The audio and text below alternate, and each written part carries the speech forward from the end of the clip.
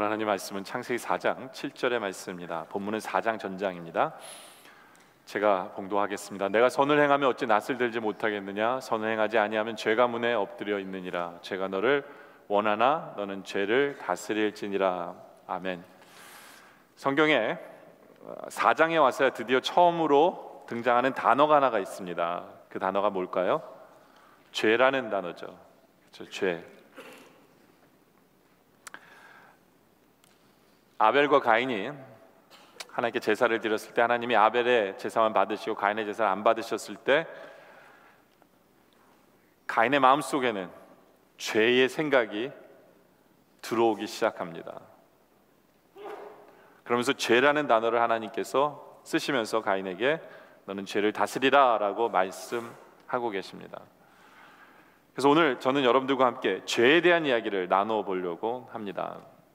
지난주에도 죄에 대해서 얘기했는데요, 첫째로 오늘 여러분들과 나누고 싶은 것은 왜 죄를 짓게 되는지 한번 생각해 보길 원합니다. 가인의 경우를 통해서 왜 죄를 짓게 되는지를 한번 보기를 원하는데, 우리가 다시 한번 더 7절에 보면 우리 하나님께서 죄를 다스리라 라고 말씀하셨죠. 그렇죠? 죄를 다스리라. 그러나 가인은 죄를 다스리기는커녕 죄에 끌려다니고 결국 죄를 짓습니다. 그 이유가 뭐냐? 그의 마음속에 시기심이 생겼기 때문에 그래요. 왜 죄를 짓게 되느냐? 그 시기심이 때문에 그래요. 시기심 때문에. 왜 하나님은 내 동생의 제사는 받으시고 왜 내 제사는 안 받으시지? 하는 동생을 향한 시기심이 생긴 거예요. 그래서 결국에는 동생을 죽여버리죠. 그렇죠? 그 시기심 때문에. 솔직히 아벨은 왜 죽는지도 몰랐을 거예요. 그죠? 왜 형이 갑자기 나를 죽이지? 진짜 억울한 거는 아벨이었을 거예요. 근데 가인은 죄도 없는 아벨을, 죄만 없었으면 하나님이 내 제사를 받으셨을 텐데 라는 생각을 하며 이 시기심이 모든 판단과 정상적인 생각을 흐리는 것을 보게 됩니다. 그래서 이 시기심은 상대방을 죽일 뿐만 아니라 바로 자기를 죽이는 일이에요. 그게 가인이죠. 근데 왜 이 시기심이 오느냐? 남과 비교하면서 오는 거예요. 남과 비교하면서 내가 가지지 못한 것을 가진 그 사람을 향해서 시기심을 갖죠. 그래서 나는 더 큰 집에 살아야 하고, 내가 더 높아야 하고, 내가 더 유명해져야 하고, 그렇지 못하다고 생각할 때 드는 감정이 바로 시기심입니다. 그래서 이 시기심이라는 것은 인간에게 원죄만큼 근본적이고 오래된 거예요. 인류의 DNA 속에는 바로 가인의 이 시기심이 유전자로 흐르고 있어요. 이건 사람을 막론합니다. 어느 사막에 유명한 수도사가 있었는데 마귀들이 그를 넘어뜨리려고 물질로 유혹하고 여자로 유혹하는데 넘어오지 않아요. 두려움으로 유혹하는데도 넘어오지 않아요. 그래서 대장 마귀가 그 마귀들에게 한 가지 수를 가르쳐 줍니다. 가서 이 얘기를 하라 그랬어요. 그랬더니 가서 한 얘기가 이거예요. 자네 친구 아무개가 수도원 원장이 되었네 라는 그 말 한마디에 아니 어떻게 그런 일이 하면서 시험에 넘어갔다라는 이야기가 있습니다. 시기심은 이처럼 다스리기가 힘든 거예요. 시기심이 우리 마음 안에만 존재하면 괜찮겠지만 이 시기심이 분출되는 순간 그것은 분노예요. 분노. 그래서 결국에는 최초의 형제 살해 사건이 벌어지게 되죠. 그렇다면 시기하지 않기 위해서는 우리는 어떻게 해야 될까요? 그러기 위해서는 우리는 그 사람 전체를 온전히 볼 수 있어야 돼요. 우리는 내가 가진지 못한 것만 보는 거예요. 예? 그러면서 시기심을 갖는 거거든요. 그러면서 저 사람이 가진 재산만 가지고 있었으면, 저 사람이 생긴 얼굴만 저렇게만 잘생겼으면, 아니면 제가 가진 성적을 내가 가질 수 있으면, 저 사람이 가진 인기와 영광을 내가 가질 수 있으면, 예. 그런데 우리가 그 사람 전체를 보게 되면 모든 사람에게는 부족함이 있어요. 모든 사람에게는 연약함이 있어요. 그 사람이 다 가졌을지라도 건강이 없을 수도 있어요. 그렇죠? 모든 사람에게는 부족함이 있어요. 그래서 그 사람 전체를 보게 되면 우리는 그 사람의 눈물을 보게 되고, 그 사람의 아픔도 보게 돼요. 그 사람의 외로움도 보게 되고, 그렇죠? 걱정과 근심도 보게 돼요. 많이 가진 사람은 걱정과 근심이 더 많아요. 그렇죠? 우리는 전체를 바라보게 되면 오히려 우리는 그를 축복하고 싶고, 우리는 위로하고 싶을 수도 있다라는 거죠. 여러분들, 왜 하나님께서는 아벨의 제사를 받으셨을까? 이런 질문을 참 많이 합니다. 우리는 그렇죠?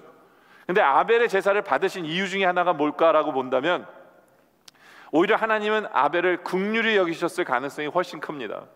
긍휼히 여기셨을 가능성이. 아벨의 눈물을 하나님께서 보셨을 가능성이 굉장히 커요. 왜 제가 이렇게 얘기하냐면 가인은 처음 출생했을 때 정말 축제였어요. 창세기 4장 1절에 보면 아담이 그의 아내 하와와 동침하며 하와가 임신하여 가인을 낳았습니다. 그러면서 가인을 낳고 이름을 뭐라고 불렀냐면 내가 여호와로 말미암아 득남하였다. 하나님께서 나에게 복을 주셨다는 거예요. 하나님이 나에게 주셨다는 의미예요. 그게 가인의 뜻이에요. 얻었다, 획득했다. 얼마나 기뻤겠어요. 특히 가인은 어떤 약속 속에서 태어났어요. 물론 그 아담과 하와의 착각이지만 하나님이 주신 약속이 뭐예요? 여자의 후손이 뱀의 머리를 상하게 할 것이라는 그 약속 속에서 가인을 낳으면서 기대한 거예요. 이 아들이 뱀의 머리를 물리치고 이제 우리가 다시 에덴으로 돌아갈 수 있을지 몰라. 이 아들이 기대와 소망과 그 기쁨으로 이 아들을 키운 거예요. 이 아들을 키운 거예요. 근데 반대로 아벨을 낳았을 때는 어떤 분위기였는지 아세요? 아벨 이름을 누가 지었는지는 얘기가 아직 안 나와요. 그렇죠? 물론 뭐 가인과 아담과 하와가 지었겠죠. 그렇죠? 왜? 뭐 가인이 지었지는 않을 것 같아요. 근데 그 아벨의 뜻이 뭐냐 하면 허무, 공허하다, 무익하다라는 뜻이에요. 여러분들 왜 이런 이름이 지어졌을까요? 추론해보면 가인에게 기대가 굉장히 많았어요. 얘가 여자의 후손인가 보다. 그랬는데 자라는 꼬락서니를 보니까 죄인의 모습 그대로예요. 실망이 되는 거예요. 여자의 후손이 아닌가 보다. 기대가 너무 크면 뭐도 커요? 실망도 커요. 그러니까 아벨을 낳았을 때 이름을 뭐라고 붙인 거예요? 희망이 없는 거예요. 허무한 거예요. 공허한 거예요. 무익한 거예요. 여러분들 그런 분위기에서 태어난 그 아들은 귀하게 자랐을까요? 애지중지했을까요? 그 아들에게 소망을 품고 애정을 쏟고 그랬을까요? 그럴 수가 없죠. 그렇죠? 다시 말해서 아벨은 태어날 때부터 외로웠을 거고 힘들었을 거고 고생스러웠을 거고 형은 장자기 때문에 가인은 장자기 때문에 모든 것을 다 받을 수 있지만 오히려 자기는 그렇지가 못했어요. 장자의 위치가 아니었어요. 그러다 보니까 그에게는 눈물이 있었을 거고 그에게는 아픔이 있었을 거고 그런 마음으로 하나님 앞에 제사를 드렸을 거예요. 하나님 그를 긍휼히 여기셔서 아마 제사를 받으셨을 거예요. 그렇죠? 근데 가인은 그 아벨의 그것을 하나도 보지 않고 오직 하나님 제 제사만 받으셨어. 이러면서 그 시기심으로 여러분들 우리는 내가 가진 것을 오히려 볼 줄 알아야 돼요. 하나님이 나에게 허락하신 것이 얼마나 큰가를 볼 수 있어야 돼요. 우리는 정말로 많은 것을 가졌어요. 다른 사람들과 비교하기 전에 우리가 가진 것에 감사해야 돼요. 그렇지 않으면 우리도 시기심에 들끓습니다. 또한 시기심에 생기는 이유는 뭐냐면 우리는 큰 것을 바라봐야 되는데 작은 것에 연연하기 때문에 그래요. 그냥 어떤 한 사건, 작은 사건 그것 하나님이 제 것만 받으셨어. 더 중요한 건 뭐예요? 더 중요한 건 하나님이 그 사건을 통해서 가인을 크게 쓰시기 위해서 말씀 주신 게 더 좋은 거 아니에요? 근데 그런 게 안 보이는 거예요. 작은 것, 한 사건만 보이는 거예요. 여러분 어린애들은 딱지 가지고 싸우는 경우가 많아요. 게임 기기 가지고 싸우는 경우가 많아요. 근데 어른이 돼서는 그러지 않아요. 어른이 돼서 가지고 딱지 가지고 싸우면 문제죠. 근데 왜 그러지 않아요? 시시하기 때문에 그래요. 작은 거기 때문에 그래요. 물론 어른이 돼서는 이제는 큰 거 가지고 싸우죠. 큰 집, 뭐 큰 차, 명품 가방, 뭐 연봉, 지위, 명예. 목회자들도 뭐 큰 교회 건물, 성도수, 뭐 감투, 명예 이런 거 가지고 시기하고 질투해요. 근데 제가 큰 거를 사모하라는 얘기는 그런 걸 얘기를 하는 게 아니에요. 우리는 여러분들 민족을 사랑하는 애국지사들은요, 그렇죠, 자기가 잘 살고 못 사는 게 관심 없어요. 왜냐? 민족 전체를 보기 때문에. 그러나 우리 신앙인들은 더 큰 것을 사모할 게 있죠. 그게 누구예요? 바로 우리 주 예수 그리스도 하나님이에요. 우리 하나님은 세상에서 가장 크신 분이에요. 우리가 하나님을 제대로 사랑하고 하나님을 사모한다면 우리는 시기하지 않아요. 오히려 만족하고 감사할 수 있어요.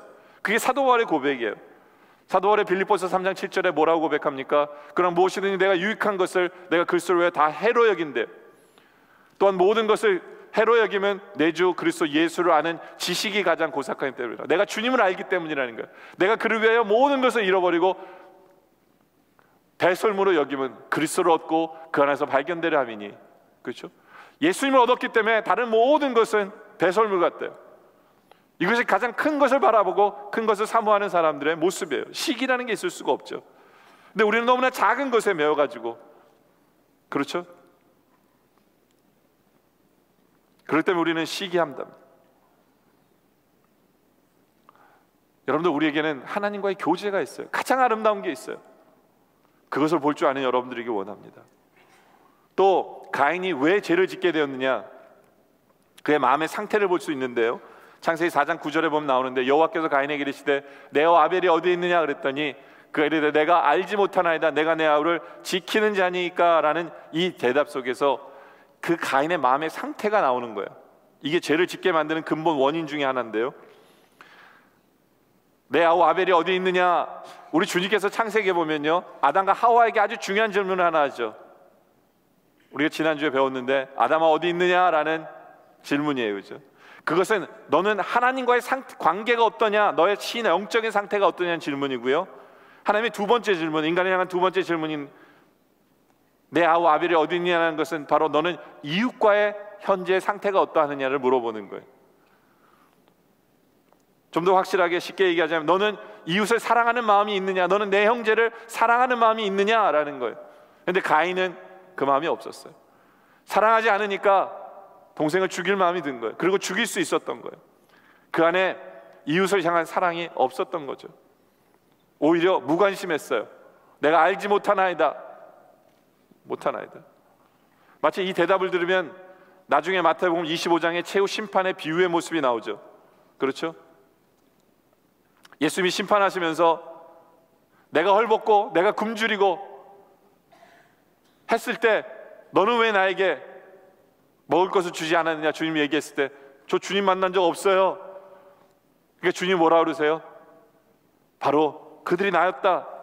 그러면서 마태복음 25장 44절에 그들 대답하여 이르되 주여 우리가 어느 때에 주께서 줄인 것이나 목마른 것이나 나그네 되신 것이나 헐벗은 것이나 병든 것이나 오기 같은 걸 보고 공양하지 아니하였더까. 한마디로 우리가 알았으면 우리는 했을 거라는 거죠. 그렇죠? 우리는 했을 거라는 거예요. 진짜로 그랬을까요? 여러분들 어떠세요? 우리의 이웃이, 우리의 가난하고 핍박받고 힘들어하는 이웃이 그들의 답으로 누구예요? 이 말씀대로 하면 예수님이잖아요. 우리 몰랐어요? 알죠? 그렇죠? 우리의 반응은 어떠합니까? 우리의 반응은 어떠하냐는 거죠. 우리가 알지 못해서 사랑하지 않는 것이 아니에요. 문제는 우리의 마음의 중심의 근본 자체부터가 사랑이 없다라는 것에 문제가 있어요. 사랑이 없다는 것에 우리는 그냥 나만 사랑해요.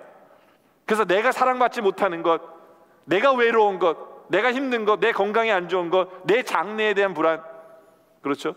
나의 상처, 내가 갖고 있는 물질적인 고통, 이것만 바라보면서 우리에게는 이웃에 대한 관심이 없어요. 관심이 없어요. 여러분들, 사랑이라는 것은 뭐냐면 한마디로 말하면 관심이에요. 관심이에요. 우리 눈에는 많은 정보들이 들어와요. 왜요? 관심이 거기에 있으니까. 그것을 사랑하니까. 우리 눈은 왜 안 들어와요? 사랑하지 않으니까. 그리고 우리가 이웃을 사랑하지 않으면 우리 하나님 그래요. 하나님, 내가 내 이웃을 지키는 자니까 아무런 생각 없이 그러면서 이웃을 막대하고 미워하고 싫어하고, 그게 살인이거든요. 그렇죠? 여러분들, 왜 하나님께서는 가인의 제사를 받지 않으셨을까? 근본 원인이 바로 그거예요. 그는 이웃을 향한 사랑이 없었어요. 사랑이 없었어요. 그래서 미가서 6장 7절에도 하나님이 그런 얘기 하시죠. 여호와께서 천천의 순양이나 만만의 강물 같은 기름을 기뻐하실까? 내 허물을 위하여, 내 아들을 위하여, 내 영혼의 죄로 말미암아 내 몸에 열매를 드릴까? 그러니까 우리가 아무리 열심히 제사 드리고 아무리 많은 것을 하나님께 바쳐도 사람이 주께서 선한 것이 무엇임을 내게 보이셨나니 여호와께서 내게 구하시는 것은 오직 정의를 행하며, 사람에게 정의를 행하는 거예요. 이웃에게. 그리고 인자를 사랑하며 사람들을 사랑하는 거예요. 그리고 겸손하는 것. 그럴 때 우리 하나님 우리의 제사를 받으세요. 그러니까 우리가 성교적 교회를 향해서 나가면서 계속해서 우리 안에 사랑을 주세요, 사랑을 주세요, 이 마음이 우리가 예배를 받으시기에, 하나님께서 기뻐 예배를 받으시기 위한 굉장히 중요한 조건이에요. 그리고 그 반대는 죄를 짓는 가장 빠른 조건 중에 하나입니다. 그렇죠? 여러분들, 아벨은 죽었어요. 그렇죠? 우리는 안타까워해요. 아벨의 죽음을 아무도 모를까요? 우리 하나님께서 4장 10절에 이런 말씀하세요. 이르시되 내가 무엇을 하였느냐, 내 아우의 핏소리가 땅에서부터 내게 호소하느니라고 그랬어요. 아우의 핏소리가, 호소하다는 것은 날카롭게 외친다는 얘기예요. 우리 하나님께서는 지금도 연약한 자들의 한숨 소리를 듣고 계세요. 매우 민감하세요. 우리는 우리 주위의 아벨을 찾아야 돼요. 그 아벨은 나의 형제고 나의 배우자일 수 있고 나의 이웃일 수 있어요. 사랑하세요. 사랑을 달라고 기도했어요. 예? 이 시기심과 사랑이 없는 것이 죄를 짓게 만드는 가장 큰 요소다라는 것이죠. 근데요, 이게 시기심이든 이웃을 사랑하지 않는 것이든 우리가 이것을 통해서 죄를 짓게 되면 가장 무서운 게 뭔지 아세요? 가장 무서운 게 뭐냐면 함께 망해도 된다라고 생각하는 거예요. 그 생각이 들어요. 이게 죄의 무서운 거예요. 함께 망해도 돼. 제가 예전에 저와 함께 청년부를 섬기던 자매가 저한테 6개월 전에 저한테 이런 그 상담을 해왔어요. 전화로. 본인 담임 목사님한테는 얘기하면 창피하니까 전화로 저한테 상담을 한대요. 그래서 하라고 그랬더니 하는 얘기가, 목사님, 암만 해도 제 남편이 바람을 피는 것 같습니다 그러더라고요. 근데 이 자매가 아기를 놓은 지 지금 한 달도 안 됐어요. 그렇잖아요. 아기를 놓은 지 한 달도 안 된 사람 말은 솔직히 믿을만 하지 않아요. 왜냐하면 호르몬이 왔다 갔다 하고 있기 때문에. 제가 여자분들 뭐라고 그런 건 아니지만 이 분위기와 이런 어떤 우울증과 이런 것들 때문에 굉장히 힘든 시기예요. 물론 남편이 굉장히 잘해주면 좋은데 그런 게 없었어요. 남편이 일하느라고 굉장히 바빴던 거예요. 그래서 남편을 못 믿겠대요. 그래서 왜 그랬더니 남편 사진에 보니까 여자 사진, 어떤 여자랑 계속 찍은 사진이 있대요. 근데 그 여자가 누구냐면 같이 교회를 다니는 이 사람이 누나 하던 사람이고 또 직장도 같이 다녀요. 그러니까 그냥 같이 찍은 사진이 몇 장 있는 거예요. 근데 바람을 피는 것 같다는 거예요. 그것 때문에. 그리고 못 믿겠다는 거예요. 그래서 내가 그랬어요. 지금 네가 아기를 놓고 힘들기 때문에 자꾸 그런 생각이 드는데 좀 더 시간이 지나면 나아질 거다. 그러니까 그렇게 생각하지 말라고. 증거가 있지 않는 한에는 그런 생각하지 말라고. 예? 지금 직장 다니니까 얼마나 바쁘냐고, 이해하라고 이제 그랬어요. 그때 이제 전화 연락이 안 왔어요. 근데 6개월이 지났는데 또 연락이 왔어요. 뭐라고 하냐면, 목사님, 제가 이 배신감 때문에 못 살겠대요. 그래서 왜 바람핀 걸 발견했냐 그랬더니 아니래요. 그 6개월 전에 그 생각을 지금도 갖고 있다 보니까 이제는 남자가 나를 배신했다고 생각하는 거예요. 그 남자가 너무 싫어지는 거예요. 남자가 싫어지니까 남자에게 신경질 내고 화내고 부부가 정말 많이 싸우기 시작하는 거예요. 예전에 싸움도 안 했는데 애들도 싫어지고 이제는 모든 게 다 싫어진대요. 그래서 내가 그랬어요. 하나님 말씀에 용서하라고 그랬잖아. 아직 바람 핀 거 증거는 없지만 그냥 용서해. 자기 스스로 할 건 그거밖에 없잖아요. 그렇다고 믿으니까 용서하라고. 왜냐하면 네가 용서하지 않으면 네 스스로가 너는 망가지는 거야. 네 가정은 깨질 수밖에 없는 거고 네 자녀들은 어떻게 되냐. 이건 너를 망치는 거야. 그러니까 용서해. 그랬더니 그 사람이 저한테 뭐라고 하냐면, 목사님, 저도 안 돼요. 나도 믿는 사람이기 때문에 용서해야 되는 거 안 돼요. 근데 안 된다는 거예요. 이 마음이 안정이 안 된다는 거예요.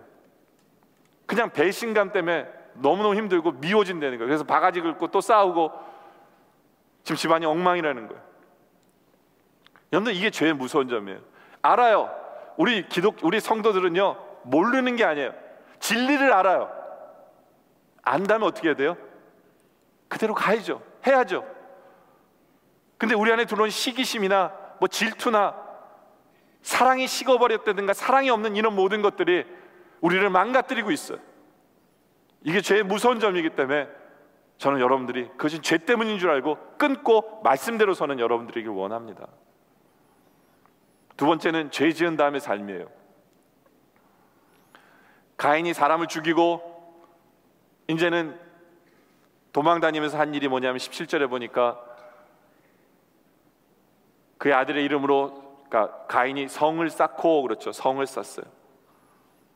그리고 성의 이름을 에녹이라고 졌습니다. 성을 쌓아요. 이거 다시 말하면, 영어로 말하면 도시를 만들었다는 얘기예요. 도시를 만들었다. 여러분들, 왜 가인은 도시를 만들었을까요? 도시를 만들었어요. 도시를 만든 게 잘못일까요? 그렇진 않아요. 근데 도시를 만든 근본 이유가 문제가 있어요. 왜 도시를 만들었냐면 불안하기 때문에 그래요. 누가 자기를 죽일까 봐 걱정되기 때문에 자기가 원하는 사람들로 모은 거예요. 그리고 성을 쌓은 거예요. 보호하기 위해서. 여기에 문제가 있어요. 창세기 4장 12절에 보면 우리 하나님이 가인에게 그런 얘기를 해요. 내가 밭을 갈아도 땅이 다시는 그 유력을 내게 주지 아니할 것이야. 너는 땅에서 피하여 유리하는 자가 될 것이다. 유리하는 자는 뭐냐면 방황하는 자가 될 거라는 거예요. 걱정 속에서 방황하는 자가 될 것이다. 그랬더니 14절에 주께서 오늘 이 지면에서 나를 쫓아내시온 즉 내가 주의 낯을 뵙지 못하오니 내가 땅에서 피하며 유리하는 자가 될지라. 그래서 걱정거리를 얘기하죠. 나를 만나는 자마다 나를 죽이겠나이다. 이게 가인의 걱정인 거예요. 지금 저 죽어요. 두렵습니다. 이게 가인의 문제였던 거예요. 근데 이제 물론 이제 이게 나오면 또 이런 질문을 하실 분들이 생겨요. 아니, 아담과 하와 그 다음에 가인인데 도대체 가인을 죽일 사람은 어디 있습니까? 그렇죠? 여러분들, 아담과 하와가 900년 전으로 사는데 아기를 계속해서 낳았어요. 그 때문에 성경에는 가인과 아벨 이름만 나오지만, 대표적으로 나오지만, 나중에 셋 나오지만 수없이 많은 아들을 낳고, 그리고 그 안에서 다시 결혼하고 다시 결혼하고, 애는 30살부터 난다고 시작하죠. 근데 몇백 년을 애를 계속 낳잖아요. 그럼 기하급수적으로 자랍니다. 그래서 가인이 왜 자기를 죽일까 걱정해요? 그 당시에는 만나는 사람마다 다 죽여요. 그게 아니라 왜 죽일까 걱정하냐면 형제를 죽인 사람인 걸 알기 때문에 식구들이 가인을 가만 안 내려둘까 봐 걱정하는 거예요. 걱정하는 거예요. 불안한 거예요. 그러다 보니까 자기 식구들끼리 뭉치는 거예요. 자기 식구들은 안 죽일 거 아니에요. 자기 아들들은 안 죽일 거 아니에요. 자기 식구들 뭉쳐서 성을 쌓고 숨는 거예요. 숨는 거예요. 여러분들, 현대 도시에 살고 있는 우리들도 이 불안 속에 살고 있는 사람들이 정말 많아요. 우리는 솔직히 먹는 거 걱정 안 하고요. 그 반찬 수준은 옛날 왕후장생에 비할 바가 아니잖아요. 그렇죠? 향락과 문화 수준은 옛날에 비할 바가 아니에요. 의료시설도 엄청나게 좋아요. 의사들도 정말 실력도 좋아요. 그렇지만 우리가 더 옛날보다 자유롭습니까? 그렇지 않아요. 현대인들은 더 불안해요. 더 불안해요. 그렇죠? 미래에 대한 염려도 더 커요. 사방이 불안해갖고 CCTV 다 달고요. 예? 경찰 실력도 옛날보다 훨씬 더 좋아요. 근데 우리는 불안해서 애들을 밖에도 내놓지도 못해요. 옛날에는 애들은 그냥 산에도 놀러가고 다 뛰놀고 다 이렇게 내버려뒀는데 우리는 불안해가지고 아무것도 못해요. 더 자유롭지 못해요. 이 도시에 살면서 더 불안해요. 그게 가인의 모습이에요. 가인은 불안해서 성을 쌓는데 더 불안한 거예요. 이유가 뭐예요? 14절에 가인이 얘기하잖아요. 내가 주의 낯을 뵙지 못하오리니. 하나님을 떠난 인생이기 때문에 그래요. 죄를 지면 하나님과 함께하지 못하기 때문에 불안하고 걱정 속에 있어요. 그 반대로 시편 기자는 121편 5절에 그런 고백하죠. 여호와는 너를 지키는 이시는 이시라. 여호와께서 내 오른편에서 내 그늘이 되시나니 낮에 해가 너를 상하게 하지 아니하며 밤의 별도 너를 해치 아니하리로다. 여러분, 이 믿음이 있으세요? 하나님이 나와 함께 하시기 때문에 어느 것도 나를 해치 못하고 나를 상하지 못하게 한다는 이 믿음이 있으세요? 이 믿음 있는 성도는 하나님이 나와 함께 하심을 믿는 성도예요. 이 성도들은 죄를 멀리하는 성도예요. 또 마태복음 6장 31절에 보면 그러므로 염려하여 이르기를 무엇을 먹을까 무엇을 마실까 무엇을 입을까지 말하라. 이는 다 이방인의 구하는 것이라. 너희 하나님 너희 하늘 아버지께서 이 모든 것이 너에게 있어 할 줄을 아시느니라. 믿습니까? 실제로 이 믿음 가지고 사세요. 그럼 걱정이 없어야죠. 내가 먹고 마시는 문제로 내 인생의 필요로 채워주는 것을 믿기 때문에, 하나님이 알고 계시고 채워주는 걸 믿기 때문에 불안해하지 말아야죠. 그렇죠? 우리가 읽었던 창세기 4장에 보면 23절에 보면요, 칼의 노래라는 노래가 있어요. 이건 람에게 노래인데요. 람에게 아내들에게 이르되 아다와 실라여 내 목소리를 들으라. 람에게 아내들여 내 말을 들으라. 나의 상처로 말미암아 내가 사람을 죽였고 나의 상함으로 말미암아 소년을 죽였도다. 가인의 아들답게 사람을 죽인 거예요. 또 람에게. 그러면서 자기 스스로 뭐라냐면 가인을 위해서는 벌이 7배일진데 람에게를 위하는 벌이 77배니라. 근데 말도 안 되는 얘기죠. 왜요? 가인을 누가 죽이면 벌을 7배 받는다 그랬지만 라멕을 죽이면 77배는 지가 한 얘기예요. 하나님이 한 얘기 아니에요. 근데 지가 사람들이 그러고 얘기하는 거예요. 왜요? 남들이 보면 그가 굉장히 너 누구든지 나에게 해를 하면 넌 죽을 줄 알아 이런 얘기거든요. 굉장히 강한 척하지만 사실상 그는 불안하기 때문에 그런 거예요. 불안하기 때문에 더 칼을 쥐는 거예요. 불안하기 때문에 더 강한 척하는 거예요. 강한 척하는 거예요. 폭력으로 어떤 일을 해결해야 된다고 생각해요. 왜요? 하나님이 함께 하시기 않기 때문에 자기만을 더 믿는 거예요. 여러분들 정말로 강한 사람은 부드럽습니다. 정말로 강한 사람은 모든 것을 포용하고요. 그리고 휩쓸리지 않아요. 그리고 제대로 된 강한 사람은 하나님의 함께 하심을 믿는 사람이에요. 그래서 그 얼굴에 평강이 넘쳐요. 평안이 있어요. 왜요? 하나님이 보호하시기 때문에. 그리고 그는 욕망에 집착하지 아니하고 그는 바로 영원한 것을 바라봐요. 영원한 것을. 죄 속에 있지 아니하고 세상과 염려에 시달리지 않고 자기 욕심에 사로잡히지 아니하고 주님을 바라보며 주님과 함께하는 거예요. 그것이 강한 자예요. 그것이 강한 자예요. 네. 그러나 우리는 아직도 성을 쌓고 있어요. 두려워서 성을 쌓고 있어요. 하나님을 믿지 않기 때문에 그래요. 또 하나님을 믿지 않을 뿐만 아니라 우리는 사람을 믿지 않아요. 그것이 우리가 두려워하는 이유 중에 하나입니다. 사람을 믿지 않아요. 사람을. 여러분들, 우리는 하나님 때문에 하나님이 우리에게 붙여준 사람들을 우리는 좀 믿을 필요가 있어요. 믿을 필요가 있어요. 제가 목회하면서 여러분들이 항상 얘기하죠. 저는 한 가지 믿는 바가 있는데 뭐냐면 어느 누구도 나를 해하려고 저에게 다가온 사람이 없어요. 다가오지 않는다. 오히려 그 사람이 다가왔다가 어떤 저에게 좀 해가 되는 일을 할지라도 그것은 인텐션은 그게 아니었어요. 하다 보니까 그렇게 된 것뿐이죠. 그렇죠? 아, 내가 저 목사를 끌어내리고 저 목사를 망하게 해야 된다라고 오는 사람은 없다고 생각해요. 저는 뭐 내가 그 사람이 무슨 원한이었다고 그러겠어요. 그렇지 않아요? 하다 보니까 그런 것뿐이에요. 네. 그렇게 생각하니까 목회가 정말 좋아요. 믿으니까. 여러분들, 우리끼리 믿을 수 있어야 돼요. 믿을 수 있어야 돼요. 실제로 이런 얘기가 있어요. 어느 동네에 제법 재산을 모았던 사람이 세상을 떠나는데 그에게 아들이 8살밖에 안 된 아들이 있었어요. 근데 주위 친척들이나 이웃이 안 믿어지는 거예요. 그래서 죽으면서 유언이 이거였어요. 자식에 대한 유언이, 야, 어떤 사람도 믿지 말아라. 누가 너에게 친절하면 그 사람 도둑일 가능성이 더 커. 네 재산 노리는 거야. 그래서 이 아들은 아버지의 유언을 그대로 지켰어요. 그래서 모든 사람을 의심하고 가까이 하지 않았어요. 덕분에 재산은 지킬 수 있었어요. 근데요, 그의 삶은 망가지고 말았어요. 왜요? 그는 주변에 친구가 하나도 없어요. 가족도 다 떠났어요. 결혼했는데 아내도 안 믿어져요. 결혼했는데 자식도 안 믿어져요. 그래서 그 덕분에 그분의 자식과 아내는 정신과 치료를 받아야 됐다는 정도죠. 아무도 믿지 말라는 그 말 한마디. 여러분들, 하나님이 우리에게 붙여주신 사람은 믿을만해요. 사랑할 만해요. 신뢰를 하세요.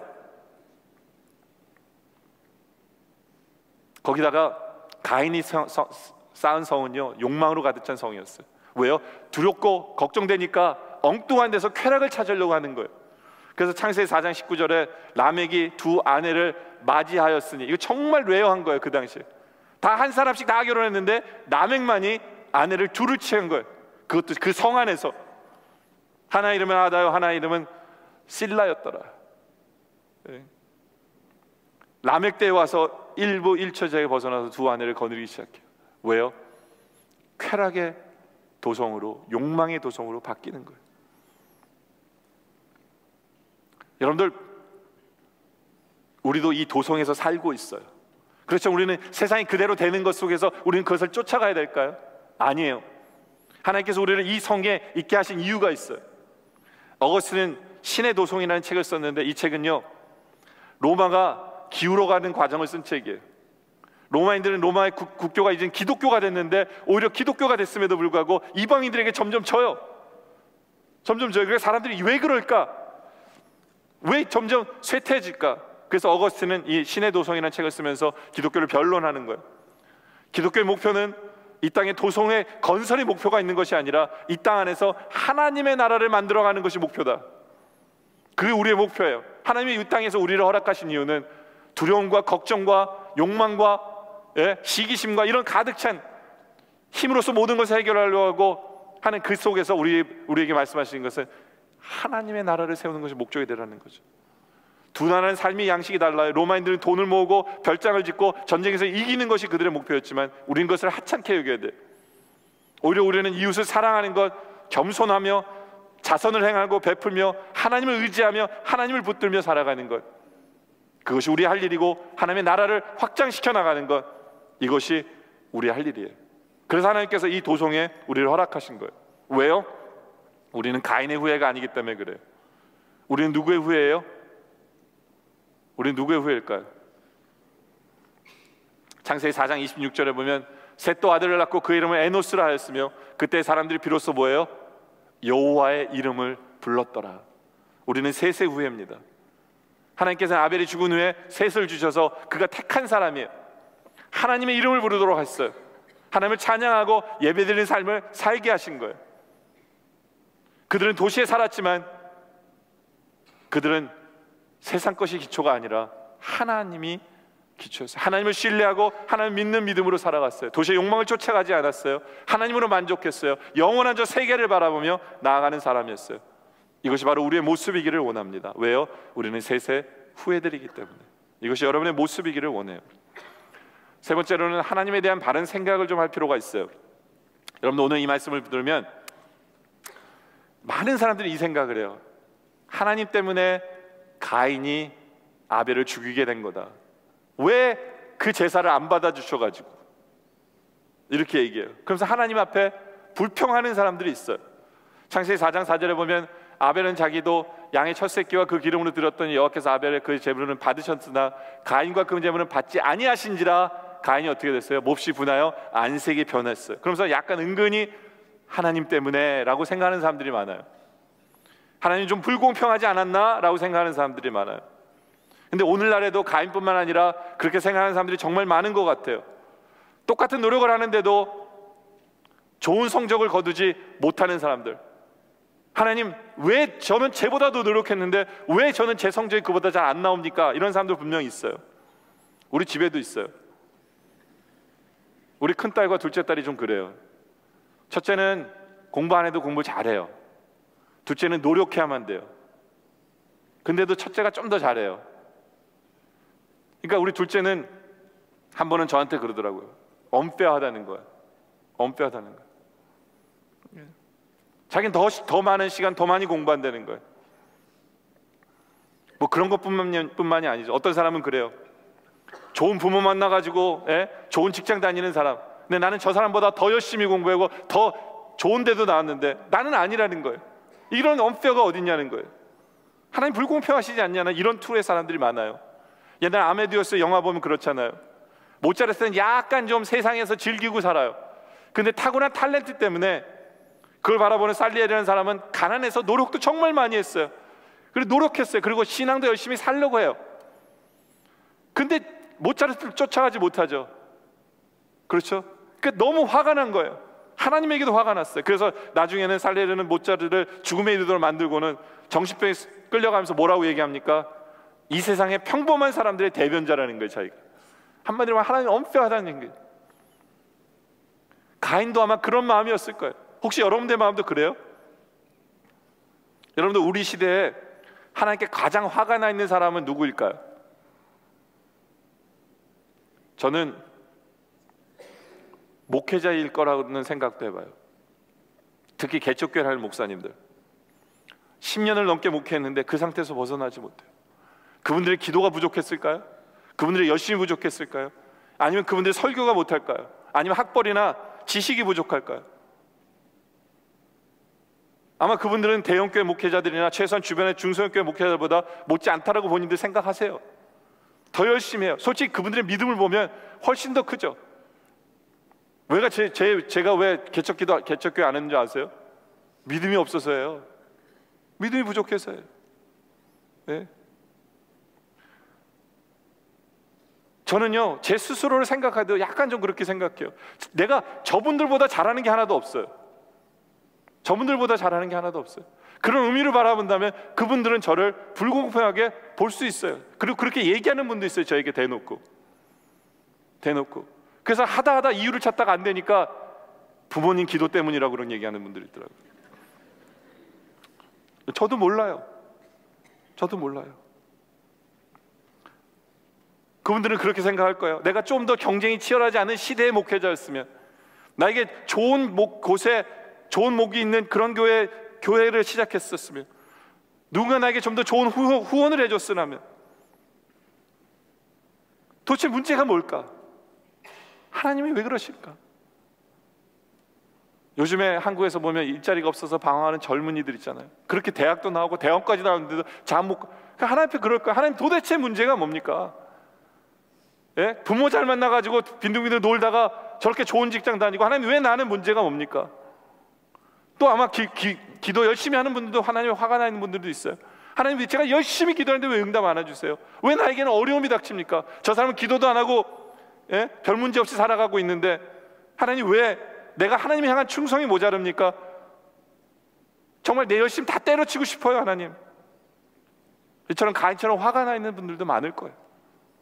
그렇다면 하나님이 문제입니까? 하나님이 문제예요? 가인은 어떻게든지 하나님이 연루되어 있다는 느낌을 강하게 들도록 만들고 싶었을 거예요. 마치 하나님은 불공평한 사람처럼 만들고 싶었을 거예요. 솔직히 신학자들도 그렇지 않다는 걸 증명하기 위해서 왜 하나님이 가인의 제사를 안 받으셨는지를 열심히 설명하려고 해요. 그렇죠? 그러면서 아벨의 제사는 피제사였기 때문에 하나님 받으셨고, 가인의 제사는 피제사가 아니었기 때문에 받으셨어요. 근데 솔직히 그 말은 안 돼요. 왜냐하면 성경의 제사에 보면 곡물을 드리는 제사도 있거든요. 솔직히 그건 말은 안 돼요. 예. 또 히브리서 11장 4절에 보면 이런 말씀이 있죠. 믿음으로 아벨은 가인보다 더 나은 제사. 그러니까 아벨은 믿음이 있었는데 가인은 믿음이 없기 때문이다라고 얘기하는 분도 있어요. 근데 솔직히 말하면 이 구절 자세히 읽어보면요, 믿음으로 아벨은 가인보다 더 나은 제사를 하나님께 드림으로 의로운 자라 하시는 증거를 얻었으니 하나님이 그 내면에 대해 증거하시라. 그가 죽었으나 그 믿음으로 지금도 말하느니라. 이거 잘 보면요, 이렇게도 표현이 돼요. 솔직히 아벨은 왜 받았는지도 몰라요. 그냥 하나님이 받으셨기 때문에 믿음이라는 표현이에요. 하나님 그 제사를 받으셨기 때문에 그건 믿음이었어 라고도 볼 수 있는 얘기예요. 그렇죠? 또 어떤 분들은 그런 얘기예요. 창세기 4장 6절에 여호와께서 가인에게 이르시되 내가 분하여하면 어찌 됨이며 안식이 변하면 어찌 됨이냐, 내가 선을 행하면 어찌 낫을 들지 못하겠느냐. 문제는 뭐냐면 네가 선을 행하지 않기 때문에 라고 하나님 지적해 주셨어요. 근데 문제는 뭐냐면 가인은 he have no idea 하나님 무슨 말 하는지. 하나님 이 말을 들어놓고도 he have no idea 하나님 왜 내 제사를 안 받으셨는지 솔직히 몰라요. 모르는 얘기예요. 근데 너는 네 안에 있는 죄를 다스리라, 그건 알았을 건데 솔직히 나의 문제가 뭐지? 이랬을 거예요. 그러니까 많은 사람들은 왜 하나님이 가인의 제사를 안 받으셔가지고 라는 변명처럼 해석하려고 한다면 그건 그 뜻은 그러면 안 되죠. 여러분들, 우리는 왜 하나님이 가인의 제사를 안 받으셨느냐? 그건 하나님의 주권이에요. 하나님 마음이에요. 우리는 그것을 인정할 줄 알아야 돼요. 성경에 보면 그런 내용들이 참 많아요. 야곱이 애를 낳는데, 그렇죠, 에서와 야곱이 애를 낳은 게 아니라 이삭이 낳죠. 이삭이 애를 낳는데 에서와 야곱을 낳잖아요. 근데 하나님이 누구 편을 들어주셨어요? 복중에 있을 때부터 야곱의 편을 들어줬어요. 근데 하나님은 설명을 안 해요. 인간들에게 하나님 왜 그러셨는지 설명이 없어요. 왜요? 그건 하나님의 주권이기 때문에. 그리고 그 주권을 인정하는 사람이 뭘 하느냐면 순종하게 돼요. 그게 성경이 우리에게 말씀하시는 거예요. 여러분, 토를 달지 마세요. 그건 하나님의 주권이에요. 그래서 사도 바울이 로마서 9장 20절에 보면 이런 말씀이 있어요. 이 사람아, 내가 누구이기에 감히 하나님께 반문하느냐? 지음을 받은 물건이 지은 자에게 어찌 나를 이같이 만들었느냐 말하겠느냐? 토기장이가 진흙 한 덩어리로 하나는 귀 있을 그릇을, 하나는 천 있을 것을 만들 권한이 없느냐? 하나님의 주권이에요. 하나님이 누구에는 5달란트 주시고 누구에는 1달란트 주시고 하나님의 주권이에요. 우리 할 일은 순종하는 일이에요. 순종하는 일. 주님, 제가 주님의 쓰임 받기를 원합니다. 이거예요. 자기 딸을 고쳐달라고 이방인 여인이 왔었죠. 그랬을 때 하나님이 떡이 개에게는 주지 않는다 그랬을 때 이방인이 맞습니다 그랬잖아요. 이게 주권에 순종하는 거예요. 주님이 그렇게 얘기하시면 맞습니다. 맞습니다. 그리고 순종하는 거예요. 순종하는 거예요. 제가 하나님의 주권을 얘기하지만 여러분들 한 가지 확실하게 알아야 될 것은 우리 하나님 그렇다고 폭군은 아니에요. 폭군이 아니에요. 우리 하나님 우리에게 가장 좋은 길로 인도하기 위해서 하나님께서 그렇게 하시는 거예요. 여러분들 솔직히 오늘 이 말씀의 주인공이 누군지 아세요? 가인이에요. 왜요? 가인이 제일 말을 많았기 때문에. 근데 하나님께서는 가인을 사랑하지 않으신 게 아니에요. 왜 가인에게 그 얘기를 하셨어요? 하나님이 그 얘기를 하신 이유는 가인을 이제는 그 말씀을 통해서 그를 귀하게 쓰기 위해서예요. 그를 가르쳐서 이제는 하나님이 기뻐하시는 제사를 받을 뿐만 아니라 그의 삶 전체를 예배되게 하기 위해서, 그 삶 전체를 변화되게 하기 위해서 하나님께서 그렇게 말씀을 주신 거예요. 그렇죠? 그럼 잘못하고 있는데 하나님 가만히 있을까요? 아니잖아요. 얘기하셔야 되잖아요. 설명해 주셔야 되잖아요. 근데 못 알아들어요? 그럼 가인이 물어봤어야죠. 하나님 무슨 뜻이에요? 하나님 어떻게 할까요? 제가 어떻게 순종할까요? 근데 문제는 뭐냐면 하나님이 불공평하다는 생각 때문에 하나님의 소리를 안 듣는 것이 문제였다는 거예요. 가인은 그냥 화를 낸 거예요. 하나님 앞에 화를 내고 만 거예요. 여러분, 우리는 하나님의 앞에서 정말 바른 자세가 필요해요.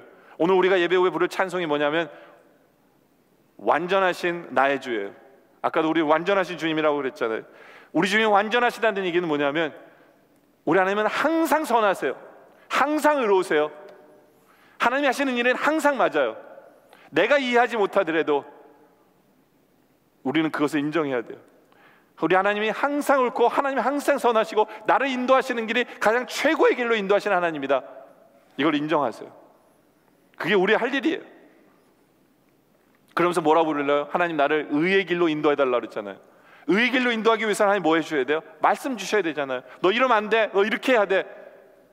사랑하시기 때문에 그러는 거예요. 의의 길로 인도하시기 때문에. 거기다가 예배합니다, 찬양합니다, 주님만 날 다스려달라고 고백하죠.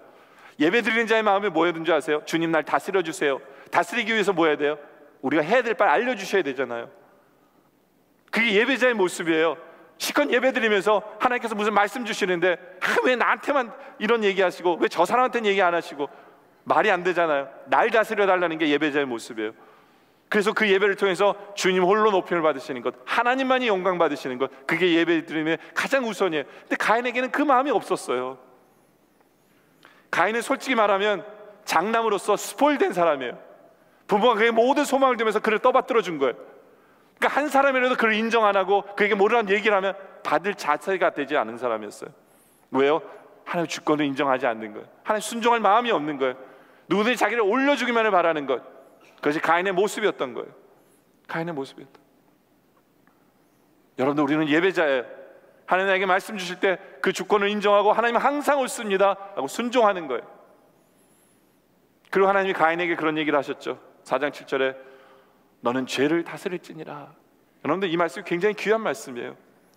이 말씀이 이렇게도 해석이 돼요.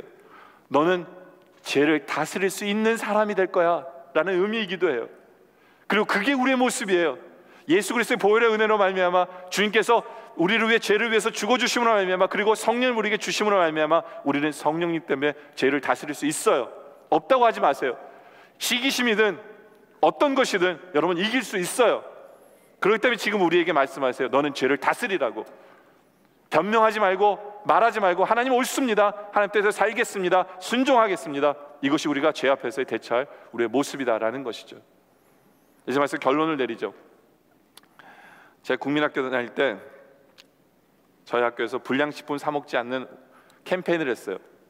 저는 삼각지 밑에 있는 상명국민학교를 다녔는데요, 삼각지 밑에 이렇게 불량식품 가게들이 쫙 있었어요.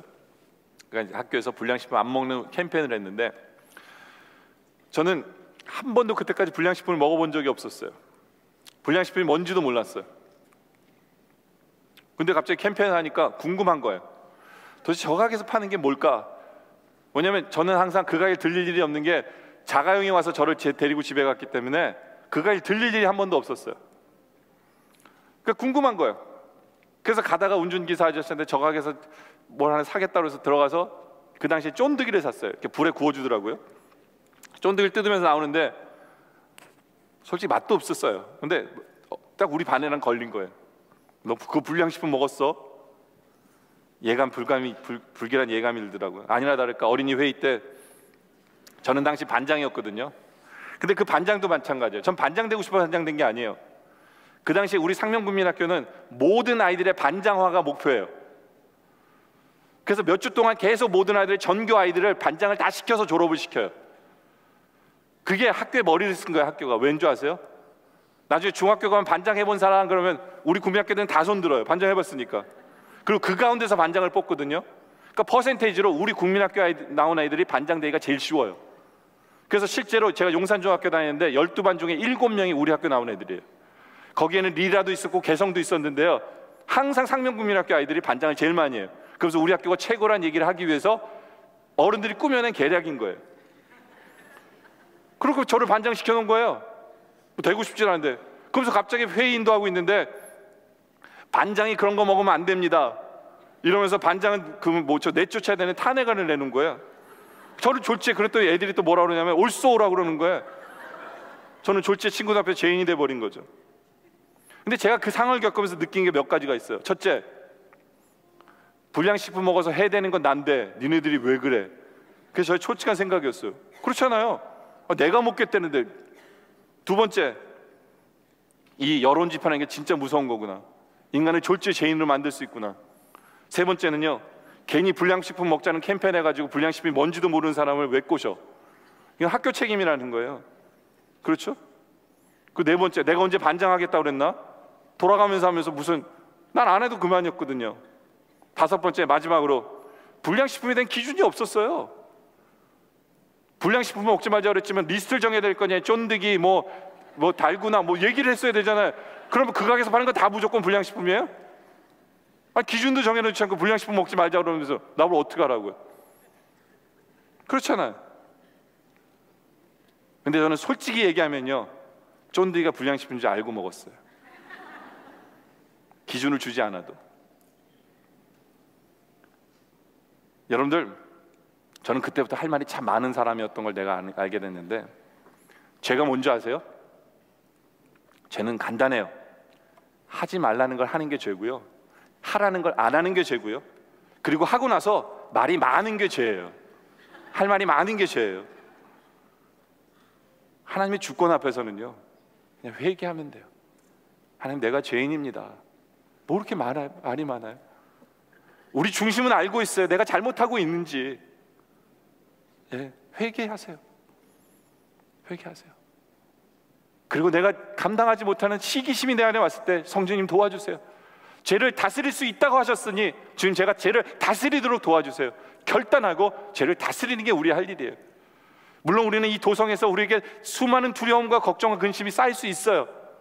근데 우리에게는 하나님이 계심을 믿고 하나님이 함께 하시기 때문에 우리는 하나님을 선택하시고 하나님 안에서 참 평안을 누리시고 하나님을 선택함으로 말미암아 여러분들은 하나님의 영광을 위해서 사는, 그리고 하나님이 여러분을 다스리기 위해서 주시는 말씀 앞에 순종하고, 주님 제가 그렇습니다, 제가 잘못했습니다, 제가 순종하겠습니다 라고 나아가는, 그래서 하나님의 영광을 위해서 살아가는, 하나님의 나라를 세우기 위해서 살아가는 여러분의 모습 되어주시기를 주님의 이름으로 축원합니다. 기도드리겠습니다.